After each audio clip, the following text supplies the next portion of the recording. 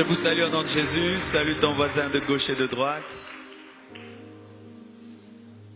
Alléluia. Nous bénissons le Seigneur pour cette soirée. Amen. Comme nous l'avons promis, aujourd'hui nous allons apporter un message de compassion. Amen. Nous sommes dans l'église Compassion et de plus en plus nous devons parler pas seulement en termes de sanctification, mais aussi en termes de compassion. Pourquoi même nous portons le nom de compassion? C'est que lorsque le Seigneur m'avait appelé, il avait tout fait pour me convaincre à le servir, mais vraiment rien n'arrivait. Il m'avait effrayé même que je deviendrais fou, mais chaque fois que je guérissais, je refusais de servir. Mais une chose seulement m'a vaincu. Ce jour-là, mon pasteur était en train de prêcher, parlant de l'appel de Dieu, et j'ai entendu des millions d'âmes qui pleuraient et qui criaient, et qui disaient « Marcelo, viens nous prêcher l'évangile ». C'est quand je m'étais rendu compte qu'en refusant de servir Dieu, je refusais de sauver et je tuais plusieurs personnes. Et rempli de compassion pour ces âmes perdues, ce jour-là, j'avais accepté de servir Dieu. Et lorsque j'ai commencé à étudier la parole de Dieu sur la compassion, je me suis rendu compte que tous les miracles de Jésus-Christ étaient des miracles de compassion. Jésus faisait tout par compassion. Avant de guérir un malade, il avait d'abord compassion du malade et ensuite il le guérissait. Avant de chasser un démon, il avait d'abord compassion du démoniaque, ensuite il le délivrait. Jésus-Christ, la plupart des temps dans son ministère, n'a pas fait des choses pour prouver qu'il était puissant, qu'il était fort. Il a tout fait par amour. Amen.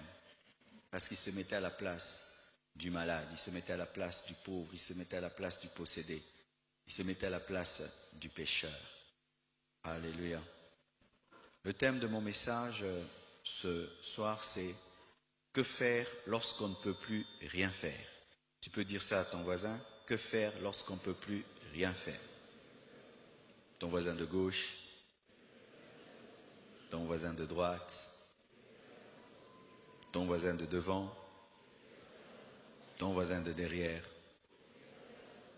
ton seul voisin qui te sourit. Amen. Nous sommes debout pour lire les Écritures. Nous sommes dans Marc 10, versets 46 à 52. Marc 10, versets 46 à 52. Vous y êtes? La Bible dit ceci. Ils arrivèrent à Jéricho, et lorsque Jésus en sortit, avec ses disciples et une assez grande foule, le fils de Timée, Bartimée, mendiant, aveugle, était assis au bord du chemin. Il entendit que c'était Jésus de Nazareth, et il se mit à crier, « Fils de David, Jésus, aie pitié de moi. » Plusieurs le reprenaient pour le faire taire, mais il criait beaucoup plus fort, « Fils de David, aie pitié de moi. » Jésus s'arrêta et dit, « Appelez-le. » Ils appelèrent l'aveugle en lui disant, « Prends courage, lève-toi, il t'appelle. » L'aveugle jeta son manteau et se levant d'un bond, vint vers Jésus. Jésus, prenant la parole, lui dit, « Que veux-tu que je te fasse ?» Rabboni, lui répondit l'aveugle, « Que je recouvre la vue. » Et Jésus lui dit, « Va, ta foi t'a sauvé. » Aussitôt, il recouvra la vue et suivit Jésus sur le chemin. Alléluia. Et un autre verset dans Luc 18.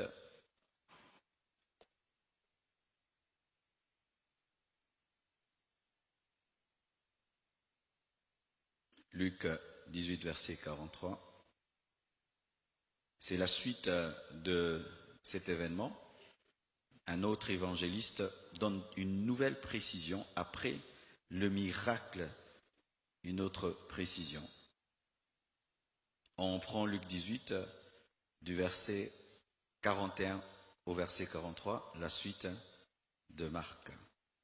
La Bible dit ceci. Et il lui demanda, « Que veux-tu que je te fasse ?» Il répondit, « Seigneur, que je recouvre la vue. » Et Jésus lui dit, « Recouvre la vue, ta foi t'a sauvé. » À l'instant, il recouvra la vue et suivit Jésus en glorifiant Dieu. Mais il y a maintenant un détail qui est ajouté dans Luc. Tout le peuple voyant cela loua Dieu. Ça, c'est une précision que Luc nous donne. Alléluia. Nous acclamons la parole du Seigneur.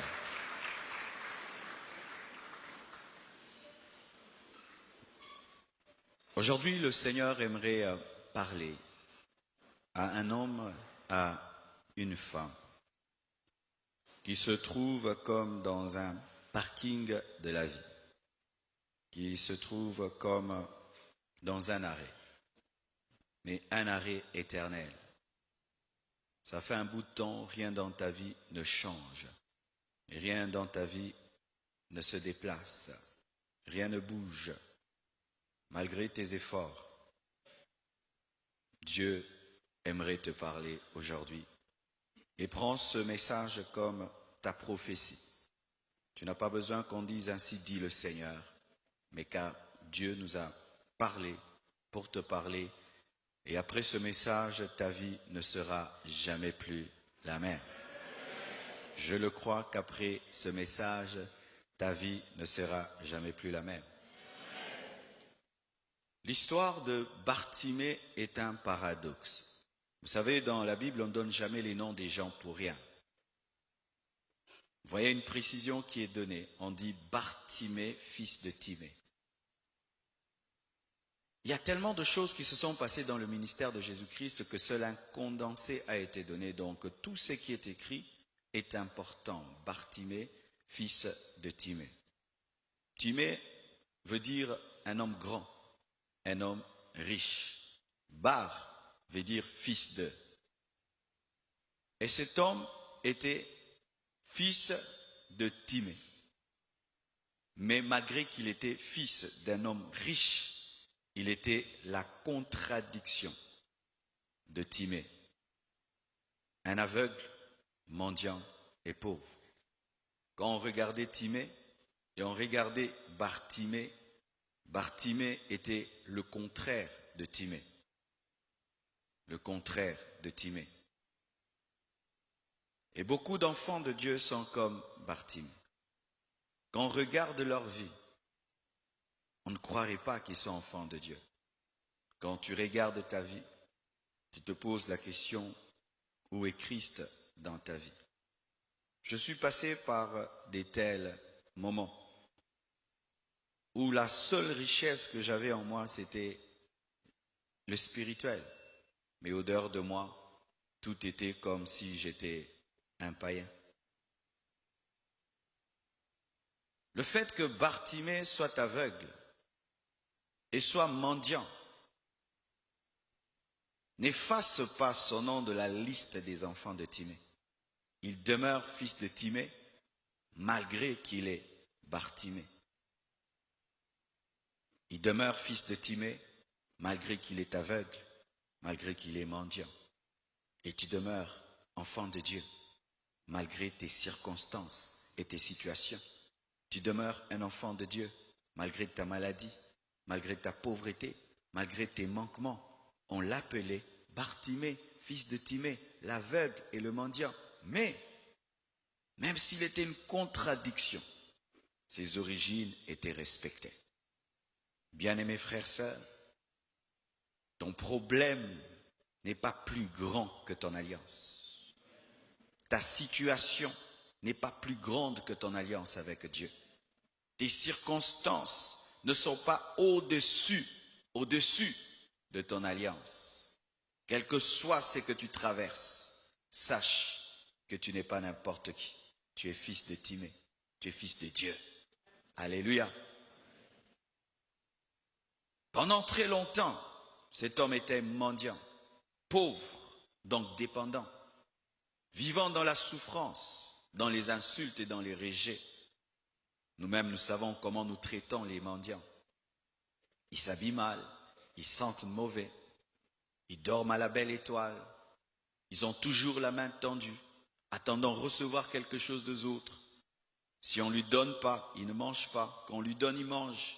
Sa vie dépend de la compassion des autres, sa vie dépend de la pitié des autres, des efforts des autres, du regard des autres. C'est pourquoi le mendiant fait toujours l'effort d'attirer la compassion des autres. Il ne peut pas faire le joyeux, parce que s'il est joyeux, tu cesseras de l'aider.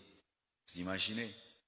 Il doit même faire l'effort de ne pas être heureux, de peur de ne pas attirer la compassion des gens. Et chaque fois qu'il devait demander, il devait demander avec une voix larmoyante pour qu'on puisse avoir compassion de lui. C'était ça la vie de Bartimée. Rejeté, sans domicile fixe, abandonné par les membres de sa famille, car personne ne se sent honoré d'être le frère d'un mendiant, d'être le fils d'un mendiant, d'être le père d'un mendiant, d'être le frère d'un mendiant, ni la sœur d'un mendiant, ni la femme d'un mendiant. Rejeté, abandonné. C'est ça le tableau de cet homme, Bartimée. La seule chose qu'il avait, c'est qu'il avait des grandes origines, mais il était le contraire de ses origines. Alléluia.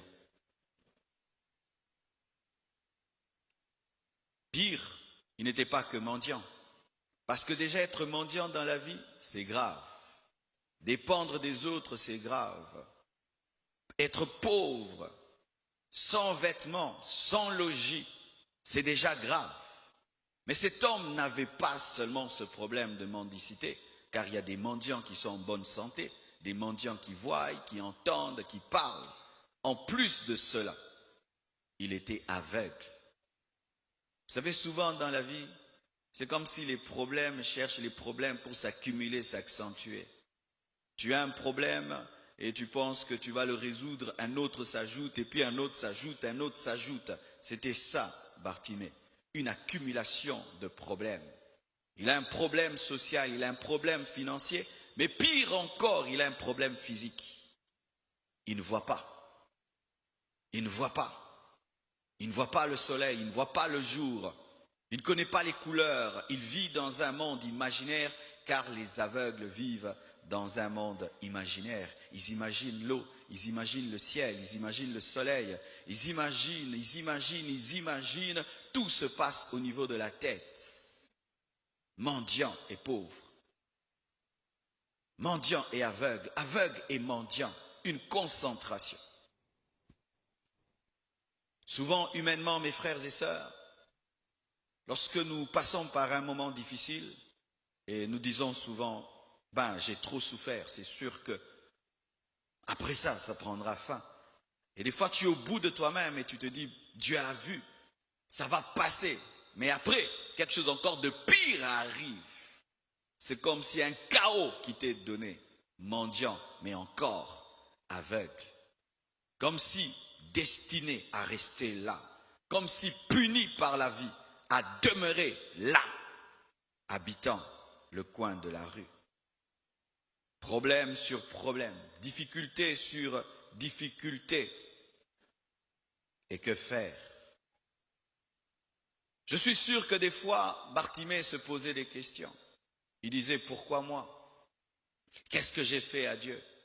Qu'est-ce que je fais? Parce que Bartimée ne s'est pas créé aveugle. Il s'est retrouvé aveugle. Qu'est-ce que j'ai fait à Dieu pour être un aveugle? Qu'est-ce que j'ai fait à Dieu pour mériter ça? Quel est le péché que j'ai commis pour être ce que je suis? Pourquoi, entre guillemets, cette injustice divine? Des fois, tu regardes ta vie, tu penses que c'est une injustice de Dieu. Tu penses que Dieu a aimé les autres et il t'a haï toi. Tu penses que Dieu a préféré les autres et a haï toi. Je crois que des fois, Bartimée confessait des péchés qu'il n'avait pas commis. Car des fois, la souffrance nous pousse à confesser des péchés qu'on n'a pas commis. Peut-être que c'est un péché et tu confesses. Et tu peux même commencer à confesser les péchés de tes parents, confesser les péchés de tes arrière-grands-parents. Tu peux commencer à être tellement dur avec toi-même seulement parce que tu veux comprendre pourquoi tu vis ce que tu vis. Des questions, mais souvent des questions sans réponse. Au point où des fois nous devenons des philosophes. Tu te poses des questions et tu philosophes et tu philosophes. Mais je crois aussi que Bartimée s'était battu. Il faisait des efforts pour arrêter d'être mendiant. Peut-être que des fois quelqu'un lui donnait un peu d'argent et puis il disait, je pourrais commencer à vendre des choses, mais comme il est mendiant, on peut lui voler toute sa marchandise. Tu fais l'effort de sortir d'un trou et tu te retrouves dans le trou. Tu fais l'effort de sortir du trou et tu te retrouves dans le trou. Des efforts vains, des attentes vaines, des espoirs vains. Je crois que lorsqu'il tendait sa main, il se disait qu'un jour quelqu'un va me donner des millions et ça va changer ma vie. Peut-être quelqu'un va me donner quelque chose de tellement important et ça va changer ma vie. Mais il tendait la main, une pièce d'or, une petite pièce. Il tend la main, peut-être un pain. Il tend la main. Des fois les gens donnent des pierres, du papier. Comme il est aveugle, les enfants même peuvent s'amuser à lui donner n'importe quoi. Mais il continue à espérer. Un jour quand je tendrai ma main, quelqu'un va me donner quelque chose d'important. Et il y a des gens comme ça. Jour après jour, tu te réveilles avec l'espoir que ma vie va changer. Aujourd'hui, ma vie va changer. Et tu te rendors toujours la même personne. Aujourd'hui, ma vie va changer. Tu te rendors la même personne. Aujourd'hui, ma vie va changer. Et tu te rendors toujours au même endroit. C'était ça, la vie de Bartimée. Une espérance après une autre, espérant que quelqu'un prendra soin de lui, l'aimera tellement pour changer sa vie. Peut-être même qu'un médecin pouvait passer par là et lui dire, Bartimée, j'ai trouvé une solution miracle qui peut t'ouvrir les yeux. Mais rien de tout cela n'est arrivé. Que faire lorsque tous tes efforts sont vains? Que faire lorsque tes attentes sont vaines? Lorsque ton espoir est vain? Que faire? Que faire? Bien-aimés frères et sœurs, pour lui, il n'y avait plus rien à faire. Il devait continuer à mendier, continuer à demander, continuer et attendre la mort par un accident. Comme l'aveugle ne voit pas bien, un jour il peut tomber dans un trou, il peut tomber dans un feu. Et tout le monde attendait qu'un jour Bartimée puisse mourir. Tout le monde attendait la mort de Bartimée. Il mourra écrasé. Peut-être il sera tellement malade dans un coin et il ne saura pas aller à l'hôpital. Mais la mort va l'atteindre. Bientôt cet homme va mourir. Et tout le monde, regardant Bartimée, attendait une mauvaise fin. Comme toi, les gens te regardent, ils attendent que tu vas finir, tu vas mal finir, tu vas mal finir. Quand ils regardent les éléments de ta vie et que rationnellement ils réfléchissent, ils voient que ta trajectoire est mauvaise, tu finiras mal. Tout le monde désespère sur ta vie, tout le monde désespère. Tout le monde désespère. Tu es comme les filets de pierre vides qu'on commence à mettre ensemble pour les ramener dans la barque parce que ces filets n'ont rien apporté. C'était ça dans la vie de Bartimée. Personne ne croyait en lui, personne n'espérait en lui. Que faire lorsqu'on ne peut plus rien faire? Que faire quand on a tout fait et que malgré cela rien n'a changé? Que faire lorsque la situation qu'on traverse ne bouge même pas? Que faire lorsque toutes les portes demeurent fermées malgré tous tes efforts? Que faire lorsque l'impossible refuse de quitter ta vie? Lorsque l'impossible vient s'installer dans ta vie? L'impossible vient s'installer dans ta vie, car être aveugle, voir c'était impossible. Que faire lorsque l'impossible vient élire domicile dans ta vie? Que faire lorsque tu as tout essayé et que tu as court d'idées, tu avais 1000 idées, tu as appliqué 1000 idées, mais rien n'a marché. Tu as court de force, tu as fait le maximum que tu puisses faire. Que faire? Que faire lorsque la nature te condamne à rester seul? Car il y a certains qui sont seuls. Vous savez, des fois, quand on est à l'église ici, on est assis les uns à côté des autres, nous pensons que tout le monde a des amis. Non. Il y a certains ici, quand on dit Amen, il rentre seul à la maison, et quand il va rentrer à la maison, personne ne va s'occuper de lui, personne ne va lui dire est-ce que tu es rentré, pourquoi. Les gens trouvent qu'il ne vaut rien du tout. Que faire? Que faire lorsque la nature te condamne à être dépendant? La nature te condamne à être pauvre. Que faire? Bien-aimés frères et sœurs, voici ce qu'il ne faut pas faire. Avant de vous parler de ce que vous devez faire, j'aimerais vous dire ce que vous ne devez pas faire. Parce que dans cette situation, il y a des choses qu'il ne faut pas faire. Un jour, un de mes fils qui est à Bruxelles est venu ici.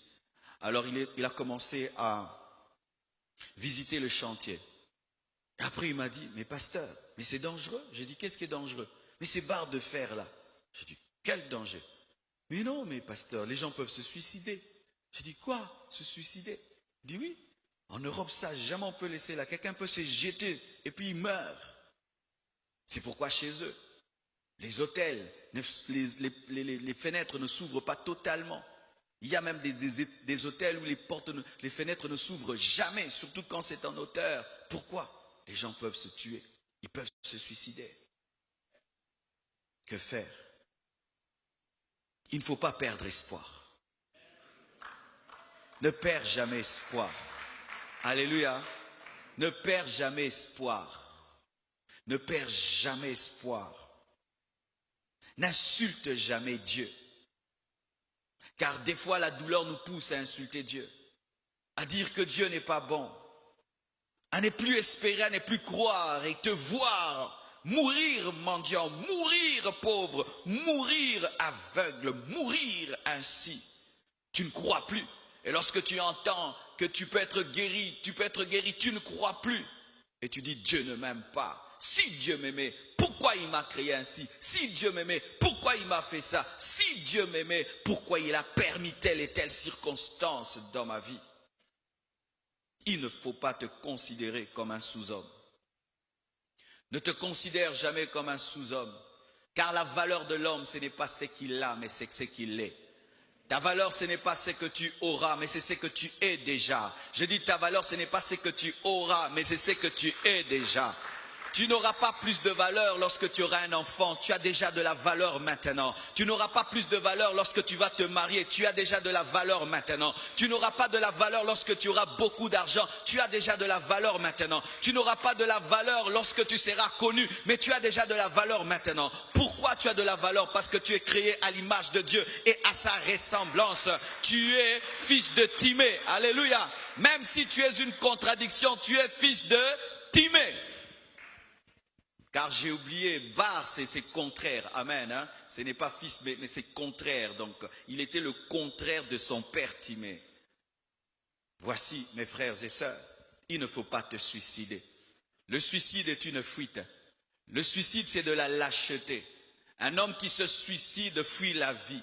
Il fuit le combat. Et il révèle au monde qu'il est faible. Beaucoup de gens disent quel courage, comment il a pu se suicider, quel courage de se jeter dans le feu, quel courage de se jeter dans l'eau. Non, quelle lâcheté de fuir une grande destinée. Bien-aimé, si Nelson Mandela s'était suicidé en prison, est-ce qu'il serait devenu le président de l'Afrique du Sud? Si cet homme en prison, après tout ce qui lui est arrivé, car j'ai suivi un documentaire sur sa vie, ses enfants qui sont morts, sa femme et tous les problèmes qu'il a eu, si cet homme s'était suicidé, il serait passé à côté de la présidence. Ne te suicide pas. Continue à respirer. Alléluia. Ne te tue pas. Et certains se suicident autrement. C'est pas qu'il prend un médicament pour se tuer, non. Il arrête de vivre dans sa tête. Il arrête, ce sont ces personnes qui ne font que dormir et dormir et dormir. Bartimée, réveille-toi, va au coin pour demander. Non, aujourd'hui je n'irai pas au coin, je dors, je dors. C'est quand vous voyez un mendiant qui ne fait que dormir. D'ailleurs, il ne demande plus. Vous passez à côté de lui, il s'occupe plus de vous. Il attend la mort, mourir de famine. Il attend même qu'on puisse l'écraser. C'est quelqu'un qui s'est déjà suicidé. T'es-tu suicidé? Est-ce que ce qui t'arrive t'amène à te suicider? Te suicider socialement? Tu ne fréquentes plus personne. Tu ne vas plus vers quelqu'un. Tu ne cherches plus le travail. Tu ne cherches plus l'argent. Tu ne te bats plus dans la vie. Tu ne pries plus. Tu ne fais plus rien. Tu es mort. Tu respires mais tu es mort. Tu as arrêté de prier. Tu as arrêté de demander à Dieu. Tu as arrêté de chercher Dieu. Tu as arrêté. Tu t'es suicidé. Ne te suicide pas. Ne te suicide pas. Tant qu'il y a la vie, il y a de l'espérance. Tant qu'il y a la vie, il y a de l'espérance. Chaque nouveau jour est un espoir pour moi. Chaque jour que je me réveille, je dis aujourd'hui quelque chose va arriver. Chaque jour que je me lève, je dis Dieu m'a permis d'être vivant pour vivre une nouvelle opportunité. J'ai l'opportunité d'être vivant, donc Dieu a un plan. Et si je dors avec un bilan négatif, je m'attends que demain ça changera. Demain ça changera. Demain ça changera. Si ça fera 10 ans, je dirai toujours demain ça changera. Si ça fera 20 ans, je dirai toujours demain ça changera. Si ça fera 50 ans, je dirai toujours demain ça changera. Si ça fera 70 ans, je dirai toujours demain ça changera. Vaut mieux un lion, un chien vivant qu'un lion mort. Car le chien peut vivre le miracle de devenir un lion. Lorsqu'un lion est mort et il est moins qu'un chien. Mais un chien peut espérer être plus qu'un lion qui était mort. Il y a de l'espérance.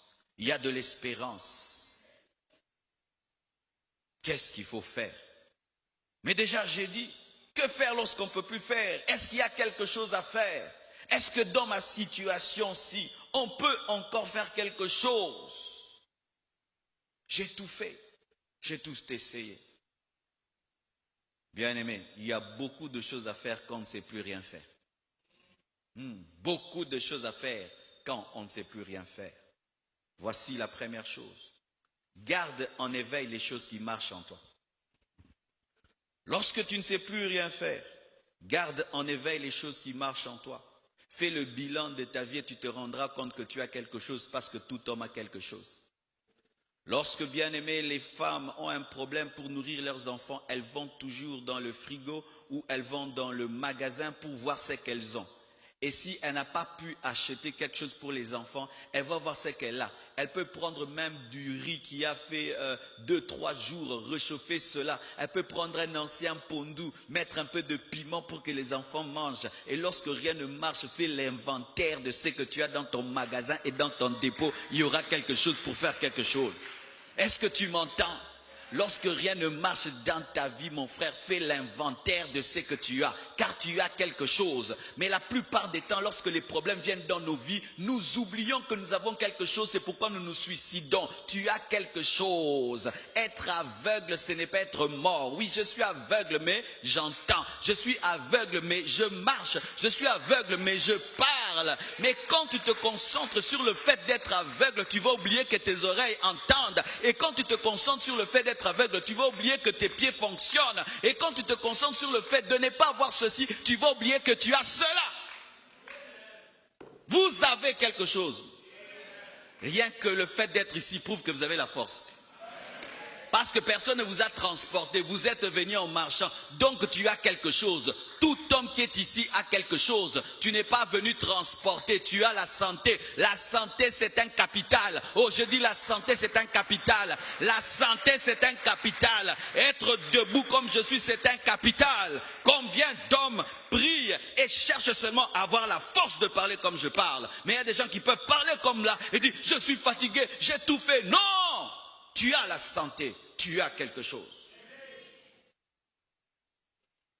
Si tu te concentres sur tes manquements, alors tu vas croire que Dieu n'a créé qu'un corps avec des yeux. Alors que le corps n'est pas fait que des yeux, le corps est fait d'oreilles. C'est vrai que les yeux ne fonctionnent pas, mais il y a d'autres qui fonctionnent. Et il a été démontré scientifiquement que le corps fait toujours l'harmonie. Les gens qui ne voient pas bien entendent bien. Alléluia. Pourquoi ils développent les oreilles pour que les oreilles puissent venir à leur aide. C'est pourquoi il y a des aveugles, il peut te parler, tu penses qu'il voit. Il ne voit pas. Il a développé l'oreille. Développe ce qui est, afin d'aider ce qui n'est pas. Utilise ce qui est, afin de compenser ce que tu n'as pas. Maximise ce qui est, afin de combler ce qui n'a pas. Alléluia. Tu n'as pas fait de grandes études, tu es courageux, utilise le courage, que ça puisse compenser le manque d'études. Alléluia. Tu n'es pas très très belle, mais tu as beaucoup de sagesse, utilise la sagesse pour compenser l'autre. Utilisez toujours ce que vous avez. Alléluia. Chaque fois que le monde te dira que tu n'as rien, c'est archi faux. Dieu n'envoie personne sur cette terre vide. Aucun homme n'est né vide. Tout homme naît avec un but et avec quelque chose. Voyez même, la plupart des temps, lorsqu'un homme est aveugle, il pense qu'il doit mourir pauvre. Mais il y a des aveugles très riches, vrai ou faux? Ils ont développé l'art de la musique. Ils sont devenus des grands pianistes. Il y a des hommes qui ont des problèmes avec leurs jambes, mais qui ont développé les mains. Il y a des gens qui ont des problèmes avec les mains, qui ont développé les pieds. Il y a des gens qui ont des problèmes avec la jambe droite, mais qui ont développé la jambe gauche. Lorsque tu ne sais plus rien faire, va dans ta vie, entre et fais l'inventaire de ton potentiel, des dons et des talents que Dieu t'a donnés. Dieu m'a donné ça, Dieu m'a donné ça. C'est vrai, je n'ai pas une licence, mais je sais parler, je sais convaincre. Ok, je prends ça. C'est vrai que je n'ai pas des grandes relations, mais j'ai quand même 2 bonnes relations. Alléluia. Frère, fais l'inventaire et tu te rendras compte que tu es un riche qui s'appelle pauvre. Oh, donne-moi l'amen. Alléluia. Tu es un riche qui s'appelle pauvre. Tu vois, parce que les gens ne font que t'appeler aveugle, aveugle. Et à force de t'appeler aveugle, ils conditionnent ta vie sur tes yeux, alors que ta vie ne dépend pas que des yeux. Qu'est-ce qui a nourri Bartimée en attendant que ses yeux s'ouvrent? C'était le reste qui fonctionnait. Les oreilles. Les oreilles lui ont permis de savoir que Jésus passait par là. La voix lui a permis de crier, Jésus, fils de David, aie pitié de moi. Les pieds lui ont permis d'aller au coin. Oh, donne-moi l'amen. Alléluia.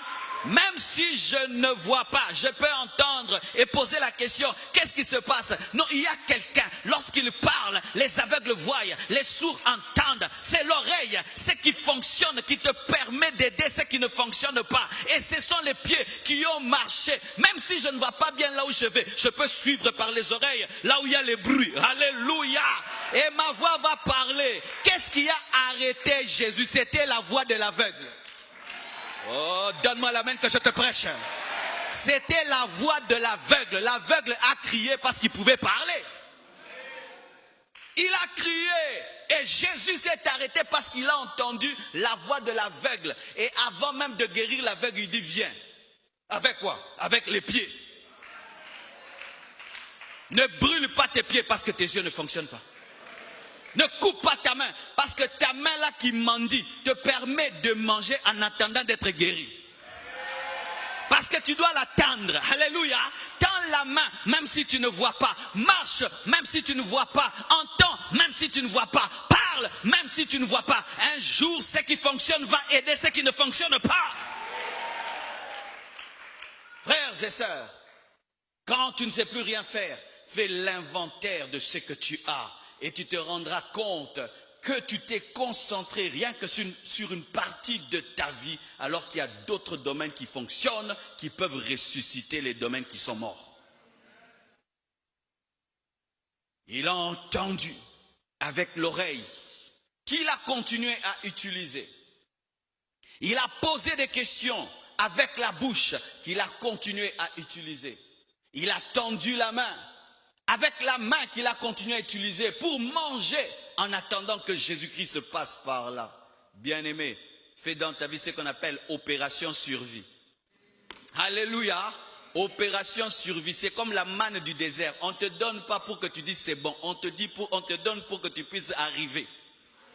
Alléluia. Il y a un temps dans ta vie où Dieu te nourrit comme dans le désert. Ce n'est pas qu'il te donne de la crème, il te donne des miels. Non, il te donne seulement la force pour continuer que tu arrives. Et quand tu passes par des temps comme cela, ne fais pas beaucoup de chichi. Amen. Hein? Mange seulement pour ne pas mourir en attendant de manger à ton goût. Oh, gloire à Dieu.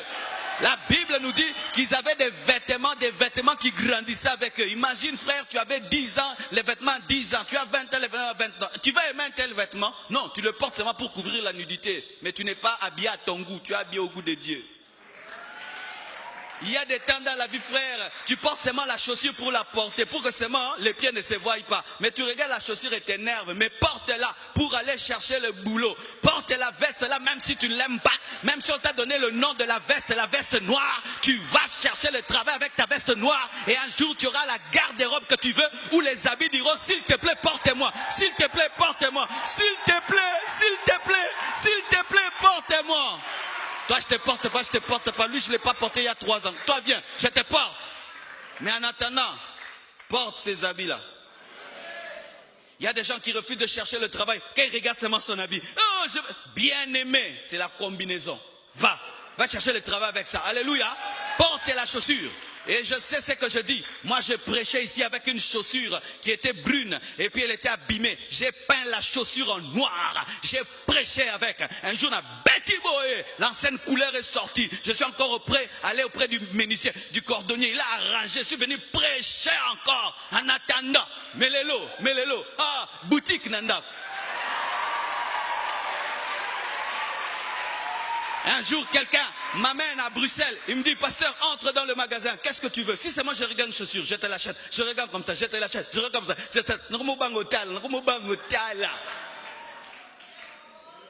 Mais j'ai prêché avec des bottes Santiago jusqu'ici. Sentir que l'eau et puis ça me dérangeait tellement, ça chauffait. J'ai coupé ça. J'ai coupé moi-même la botte. Et comme une demi-botte. J'avais des chaussures toutes blanches qui ne se concordaient à aucun de mes vêtements. Mais je les portais et je vous regarde. Même si je sais que vous regardez mes chaussures, moi je vous prêche. Ne te suicide pas. Ne te suicide pas. Ne te suicide pas. Utilise ce que tu as. Utilise ce que tu as. Utilise ce que tu as. En utilisant ce qu'il avait, il pouvait survivre. Il est mendiant, mais il a la force. La force pour se lever un jour. La force pour crier un jour. De peur que Jésus-Christ passe par là, tu n'as pas la force de crier. Pourquoi? Tu avais refusé de survivre. Ceux qui ont refusé de manger la manne, qui ont refusé de manger cette nourriture-là, n'ont pas mangé le lait, le miel. Il y a un temps dans la vie, vous mangez le riz, le pondou, mange ça bien. Alléluia. Mange ça bien. Mange ça bien. Et des vitamines, des riz et des pondou. Mange ça en attendant de manger à ton goût l'entrée, les desserts et tout là. Mais en attendant, mange ça. Tu n'es pas remplacé. Baki ça maï. Et puis tu sors là, tu sors. Je sais ce que je dis, je l'ai fait. Tu bois du thé, beaucoup de thé, un petit pain. Tu viens prêcher. Mais toi-même, tu sais que tu es rempli de thé. Ne pas mourir était mon but. Je ne mourrai pas. Je vais tenir. Je vais tenir. Je vais tenir. Je ne vais pas lâcher. Je ne vais pas lâcher. Je ne vais pas lâcher. Et si ce que je porte n'est pas beau, je donnerai des beaux messages.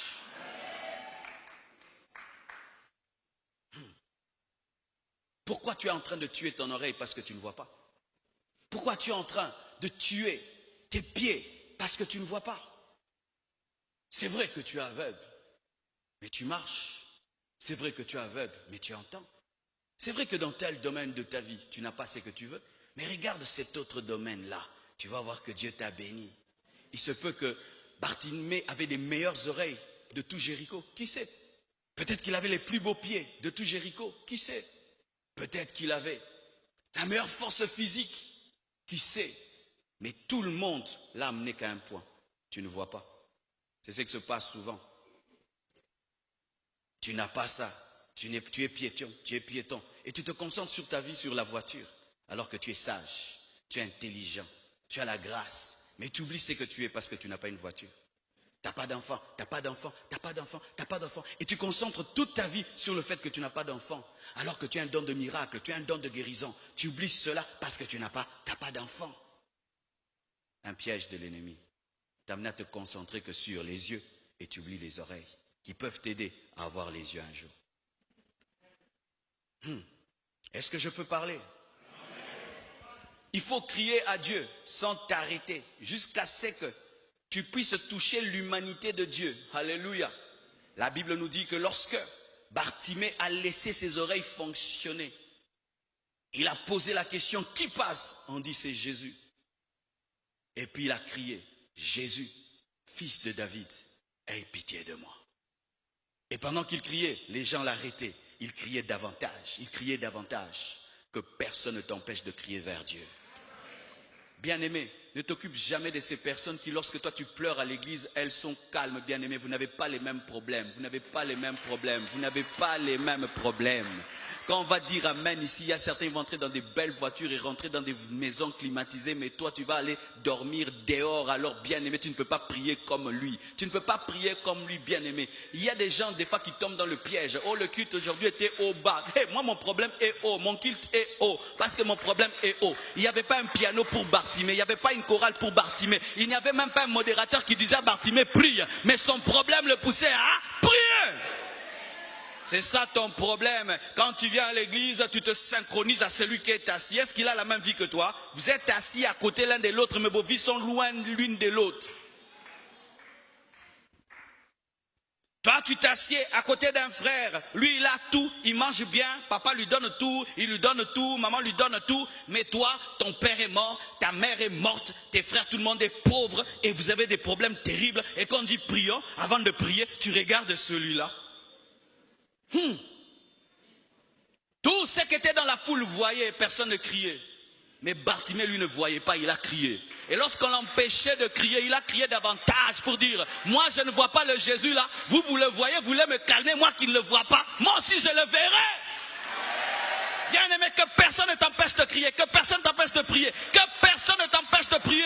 Frères et sœurs, je me souviens, lorsque j'étais en train de chercher Dieu, et des fois, tu es en train de prier toute la nuit et ça dérange la maison. Ton père te dit, Marcelo, arrête de prier, tu me déranges. Ah, je dois déranger Dieu, je connais mon appel. Mais aujourd'hui, celui qui dérangeait est devenu une source de bénédiction. Celui qui dérangeait est devenu une source de bénédiction.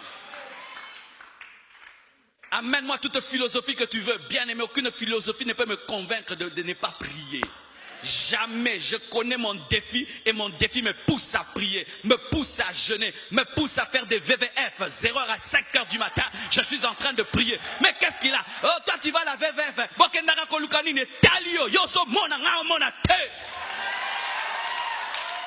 Oh non, hey, mon ami ne vient pas au VVF à la veillée. Moi aussi je dors, tu dors. Est-ce que vous avez la même vie? Vous avez le même défi pour prier pareil? Vous voulez harmoniser vos vies dans le domaine de la prière. Dis toujours ceci aux gens qui veulent t'empêcher de prier. Ouvre mes yeux. Tu veux m'empêcher de prier? Ok, ouvre mes yeux. Mais si tu ne peux pas, mon frère cherche beaucoup Dieu. Nous aussi on a commencé comme ça, on priait beaucoup. Ne les écoute jamais. Ne les écoute jamais. Si ton problème doit te pousser à prier 4 heures, prie 4 heures. Si ça va te faire jeûner chaque semaine, jeûne chaque semaine. Si ça va te pousser à aller prier sur des montagnes, va prier sur les montagnes. Alléluia. Si ça va te faire prier par terre, prie par terre. Si ça va te faire pleurer, pleure. Alléluia. Chacun pousse son bébé selon les bébés qu'il a. Amen. Il y a des bébés qui viennent avec la tête, d'autres qui viennent avec les pieds, d'autres sont des mapas. Maintenant, moi, j'ai des jumeaux.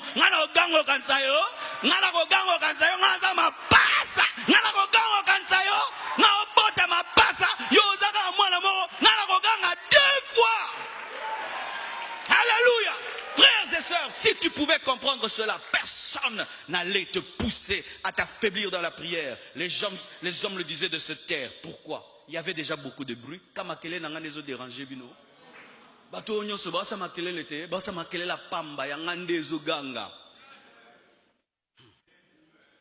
Quand tu es dans la foule, ne sois pas la foule, sois un homme dans la foule. C'est pourquoi vous allez remarquer, on parle de la foule et puis on parle de Bartimée. Sois Bartimée dans la foule. Ne soyez pas tu pries, je suis fidèle à la compassion. Non, je bénis Dieu. C'était, je crois, dimanche. Les frères m'ont amené un frère. On priait. Il était paralytique. Il a jeté sa béquille. Il a été guéri et l'onction de Dieu était tombée. On est venu me le présenter. On a dit, pasteur, tu vois le frère là qui avait été guéri, qui avait jeté sa béquille. J'ai sa béquille dans mon bureau. Il marche jusqu'aujourd'hui. Je dis, frère, tu vois, les gens disent que les pasteurs, nous sommes des magiciens. Vous marchez puis vous revenez tel que vous êtes. Mais toi là, tu marches, n'est-ce pas? Lui, il n'est pas la foule. Il est quelqu'un dans la foule. C'est quelqu'un dans la foule. Dans cette foule, tu dois être quelqu'un. Tu dois crier. Tu dois crier. Jusqu'à quand? Jusqu'à toucher l'humanité de Jésus. Il n'a pas dit Jésus, fils de Dieu seulement. Il a dit Jésus, fils de David. C'est dit quoi? Jésus, fils de David. David qui est notre proche. Jésus, mutokansanga. Talangai no mona teme yozo mona. Il est devenu homme afin de comprendre les hommes. Il est devenu homme afin de compatir à ta situation. Et lorsqu'un aveugle est aveugle, Jésus peut le savoir pourquoi. Lui, il voit et il peut avoir pitié de toi. Lorsque tu t'approches de Dieu, bien aimé, si tu vois le Dieu créateur, tu ne comprendras pas qu'il peut te comprendre. Mais vois Jésus. Depuis que j'ai compris ça, je m'approche de lui comme un frère. Jésus, grand frère. Tu as vécu dans mon kilo, ouais, pas mon kilo, n'est-ce pas la Jésus. Je me au tambola, ma koto.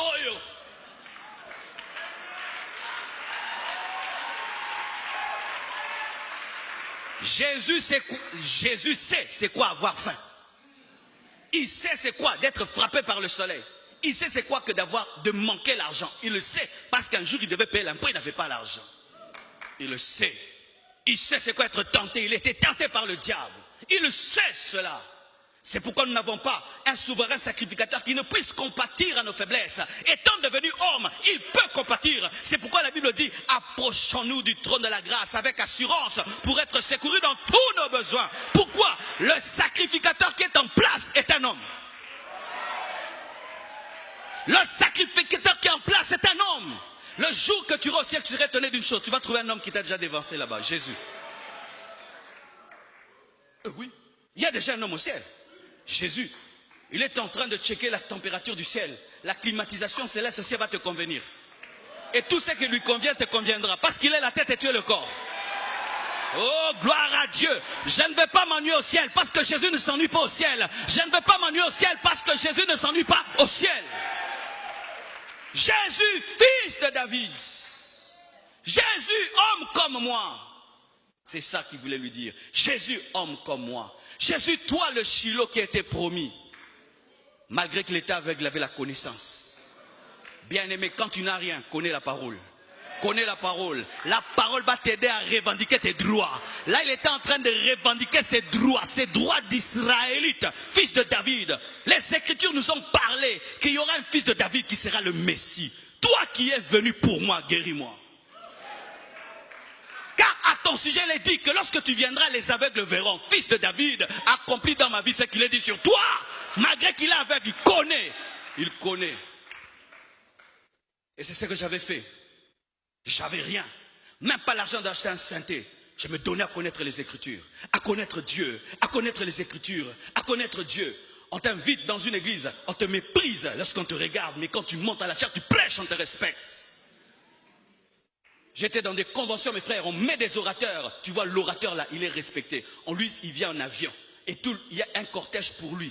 Toi, tu viens en bus. Ah oui? Toi, tu viens en bus. Lui, il vient en avion. Et vous allez ensemble le prendre, lui, en avion. Et on te fait sentir, tu vois, lui, c'est l'orateur. Toi, tu es comme un remplaçant. Et c'est l'autre. Et ça là est l'autre. Bopé Sangakana Luba. Donnez-moi seulement l'occasion de sortir. Donne-moi la main, je vais parler. Parce que toi tu es venu en avion, quand toi tu vas prier, Dieu va t'exaucer plus que moi qui suis venu en bus. Parce que toi tu es venu en avion, quand tu vas ouvrir la Bible, elle sera plus éclairée que moi qui suis venu en bus. Je m'agenouillerai comme toi. Je prierai comme toi. J'ouvrirai comme toi. Je parlerai comme toi. Et l'onction sera avec moi comme toi. C'est comme ça que nous sommes devenus amis avec Nguine Cham. C'est quand j'ai connu Nguine Cham. Il est venu, il a prêché. Moi aussi je suis venu, j'ai prêché. Il a prêché, j'ai prêché, on est devenus des amis. Mais si pendant tes temps de difficulté, au lieu de travailler la connaissance, de travailler la parole, tu ne fais que te plaindre, tu es en train de perdre le moment d'apprendre, car les larmes empêchent de voir la révélation. Les larmes empêchent de voir la révélation. Malgré que Bartimée était aveugle, c'est que les gens ne savaient pas, il entendait la loi. Il entendait la parole, il entendait, et les gens ne savaient pas que la foi grandissait. C'est quand les gens te regardent là, ils pensent qu'il n'y a rien qui se passe en toi. J'entends souvent dire que rien de beau. Les gens te regardent comme ça et disent, il n'y a rien. Mais ils ne savent pas que tu as une foi pour ressusciter les morts. Les gens te regardent, Dieu ne fait rien. Vous voyez, quand le ventre de la femme est en train de gonfler, vous ne savez pas qu'est-ce qui se passe là-bas. Alors que le cœur se forme, le cerveau se forme. Vous pensez que c'est un ballon. Moutou, ballon te moutou. Loco. Qui pouvait croire que cet aveugle-là, misérable, méprisable, cet homme qui n'attirait même pas les regards des hommes, pouvait arrêter Jésus? Jésus ne s'arrêtait pas pour rien. Il n'avait pas beaucoup de temps. 3 ans de ministère pour impacter le monde. Il ne donnait pas son temps à n'importe qui. Mais Jésus s'est arrêté. Jésus s'est arrêté. Jésus ne s'arrêtait pas pour s'arrêter. Jésus ne s'arrêtait, lisez dans la Bible, Jésus ne s'arrêtait que quand il y a la foi. Il a senti la foi. J'entends le bruit de la foi. J'entends le cri de la foi. Prie jusqu'à ce que Dieu entende le bruit de la foi. Le cri de la foi. Prie jusqu'à ce que Dieu entende le cri de la foi. Et Jésus s'est tourné. Et quand seulement Jésus se tourne, lui-même, il prend son manteau de l'aveugle, il jette. Parce que le manteau du mendiant, il met du pain dedans. Il met des choses dedans. Oh non, Bartimée merveilleux. Où est-ce qu'il avait appris ces choses-là? Sur les principes de la foi, les principes du miracle. Wow. Il était habillé en mendiant. Il avait les ayons du mendiant. Et l'habit du mendiant, c'est là son coffre-fort. C'est là où il y a tout. Mais quand il doit s'approcher de Jésus, il jette son manteau. C'est dire quoi? Il prophétise que j'en aurai plus besoin.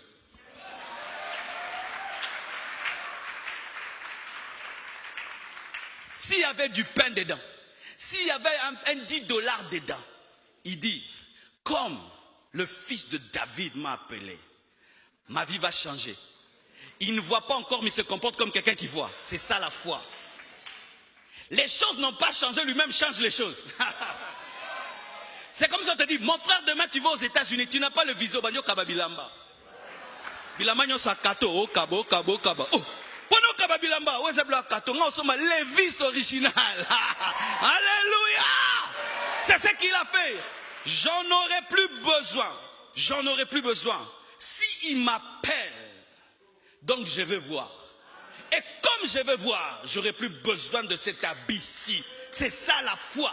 La foi, c'est changer d'attitude avant que ta vie ne change. C'est changer de comportement avant que ta vie change. Si tu attends que ta vie change pour jeter le manteau, tu n'as pas la foi. Quand j'ai compris ça, j'ai commencé à me comporter comme un grand homme. Un grand homme, sans orgueil, comme un grand homme. Je me comportais en fonction de mon futur. J'ai commencé à prendre des décisions en fonction de mon futur. Des disciplines en fonction de mon futur. C'est quand on a quitté Lemba, on est venu. C'est pourquoi je voyais que Dieu me donnerait une très grande église. Je ne peux pas acheter une petite parcelle à Lemba. J'ai refusé d'acheter une parcelle à Lemba. Mais je suis venu recommencer à zéro ici. J'ai jeté le manteau du mendiant. Et quand on est venu, peu de gens. Mais Dieu a vu que j'avais cru. Frère, tu crois que Dieu peut changer ta vie? Tu dois jeter le manteau du mendiant. Tu dois décider aujourd'hui de ne plus te comporter en fonction de ton présent, mais en fonction de ton futur. Lorsqu'un joueur va jouer au foot, il porte quoi? La culotte. Il a la maison dans son salon, il porte la culotte parce qu'il va jouer au foot. Il s'habille en fonction de là où il va. Comme il ira jouer au foot, il porte les habits de foot. Et comme tu seras grand, tu dois porter déjà maintenant quoi? Les habits de la grandeur. Mais si tu vois un joueur, il garde le smoking pour aller jouer au foot. Il ne croit pas qu'il va jouer. il a l'esprit d'être réserve. Est-ce que tu crois que ta vie va changer? Jette le manteau. Jette le manteau. Jette le manteau. Jette le comportement du mendiant. Jette les paroles du mendiant. Jette les attitudes du mendiant. Jette la pensée du mendiant. Jette la mentalité du mendiant. Jette les attitudes du mendiant. Aie l'attitude de celui qui voit. La foi. Lorsque tu ne peux plus rien faire, tu peux avoir la foi. Lorsque tu ne peux plus rien faire, tu peux changer ta vie par la foi, en croyant en Dieu et en répondant à son appel. Et écoutez ceci, Bartimée s'approche de Jésus-Christ. Et écoutez, les gens qui le décourageaient disent, les maîtres t'appellent. Les gens sont comme ça.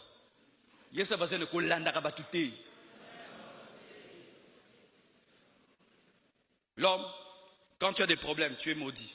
Quand Dieu commence à t'élever, ah, c'est ta saison.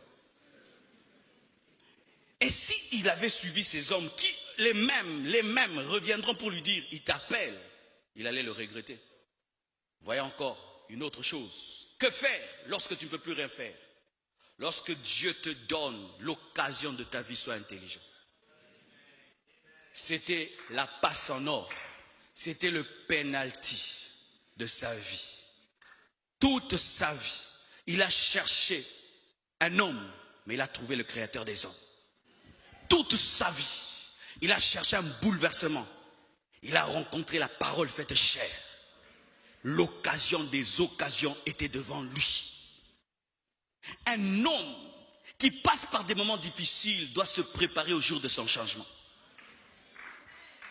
Quand tu traverses des moments difficiles, prépare-toi tous les jours à l'occasion de ta vie. Des fois, je dis à mon épouse, tu vois cette prédication, ce n'est pas une prédication, c'est l'impact de mon ministère. Ça, c'est une porte qui va bouleverser tout mon ministère. Ce n'est pas qu'une prédication. Ce n'est pas qu'une prédication. Tu dois avoir la lecture de ta vie. Il y a des gens qui n'ont pas la lecture de leur vie. La passe en or de la destinée vient Betinzadi. Il ne comprend pas que tout peut changer ce jour-là. Il y a des gens comme ça.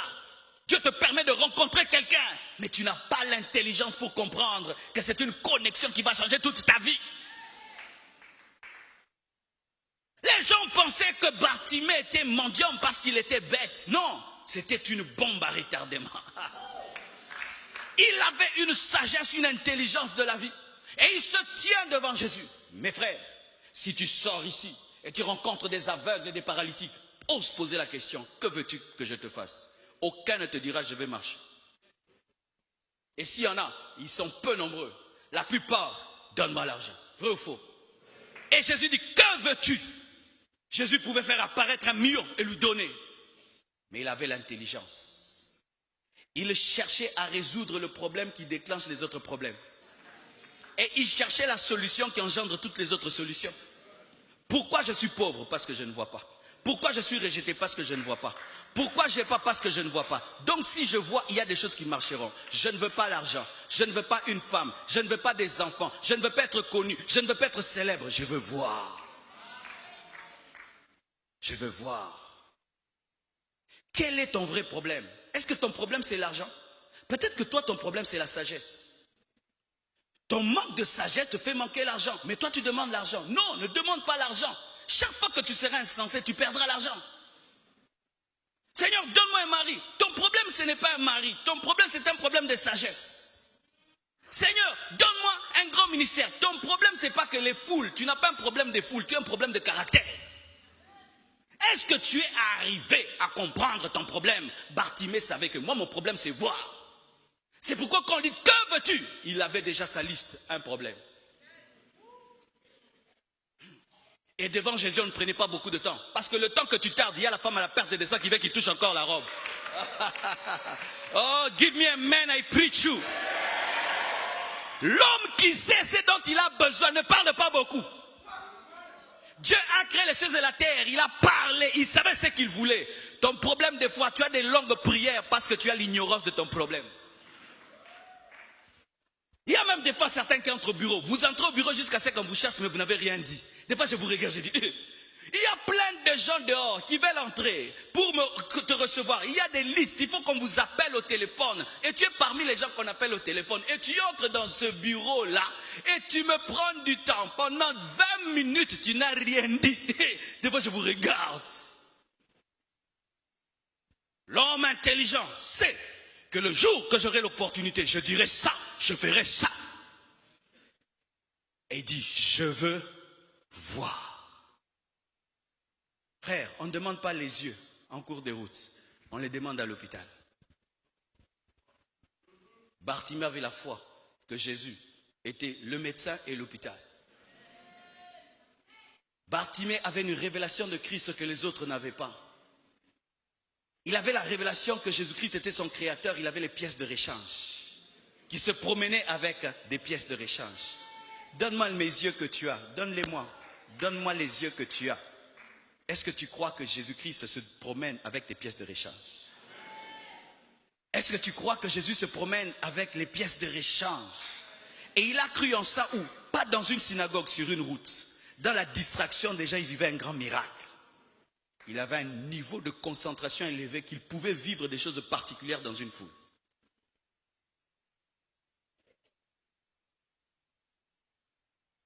Et il se tient devant Christ. Il dit, je veux voir. Aveugle de 2 yeux, il n'a pas demandé 1 œil, 2. Parce que déjà être borgne, c'est déjà fantastique pour un aveugle. Non, lui ne veut pas 1 œil, il veut 2. Il croyait en la toute puissance de Jésus. Lorsque tu passes par des moments difficiles, tu dois croire en la toute puissance de Jésus. S'il y a une chose en laquelle j'ai jamais douté dans ma vie, c'est que Dieu peut tout. Dieu peut tout. Dieu peut tout. Dieu peut tout. Même au Congo, Dieu peut tout. Même au Congo, Dieu peut tout. Le Congo ne change pas Dieu. J'ai dit le Congo ne change pas Dieu. Le Congo ne change pas les versets bibliques. Le Congo ne change pas le Saint-Esprit. Il ne change pas le sang de Jésus-Christ, ni le tombeau vide. Il ne change pas cela. Je veux voir qu'il te soit fait selon ta foi. Et à l'instant même. Imaginez ça, mon frère. Toute ta vie, tu imagines l'eau. Et là, tu vois l'eau qu'elle est bleue. Toute ta vie, tu imagines la terre. Et tu peux voir sa couleur. Tu imagines les fleurs. Et tu peux voir.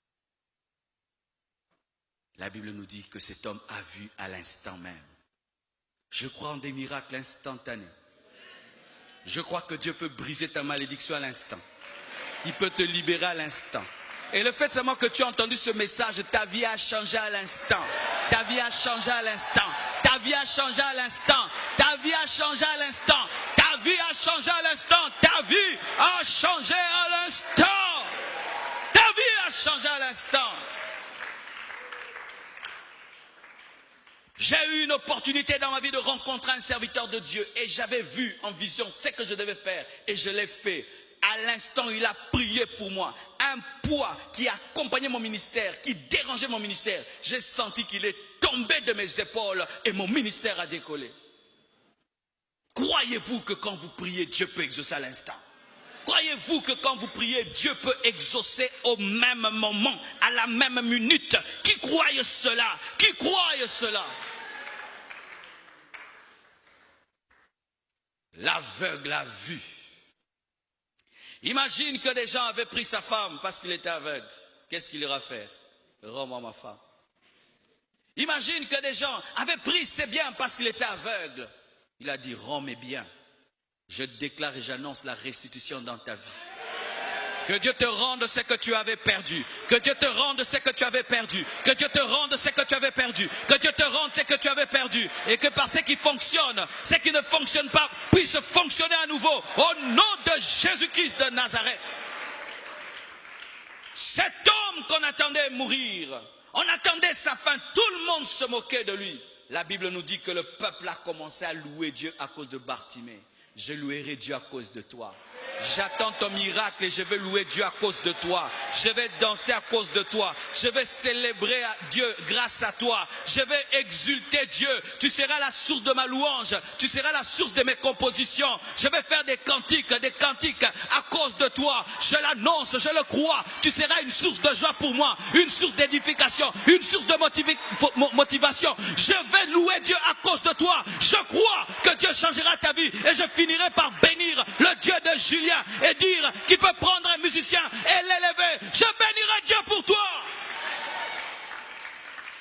Je bénis Dieu quand je vois la vie de ma fille Nadège. Je bénis Dieu. Je bénis Dieu quand je vois mon fils Paulin. Je vois Lumbashi. Il est devenu un grand homme. Je regarde. Je loue Dieu. Je loue Dieu. Je vois ce jeune homme qui est à l'intercession et qui est devenu un grand prophète de Dieu. Je loue Dieu. Je louerai Dieu pour toi. Chacun de vous est un cantique. Chacun de vous est une louange, chacun de vous est une chanson, chacun de vous est une prédication, chacun de vous est un séminaire, chacun de vous est une convention, chacun de vous est un témoignage, chacun de vous, même si tu es placé dans un coin et tout le monde dit c'est un aveugle, un mendiant, quand Dieu te regarde, il voit un cantique.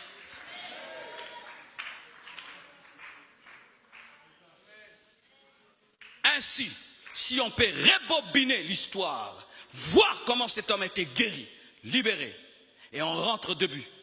Si toi tu connaissais comment finirait la fin, quand tu vois Bartimée, tu allais dire quoi?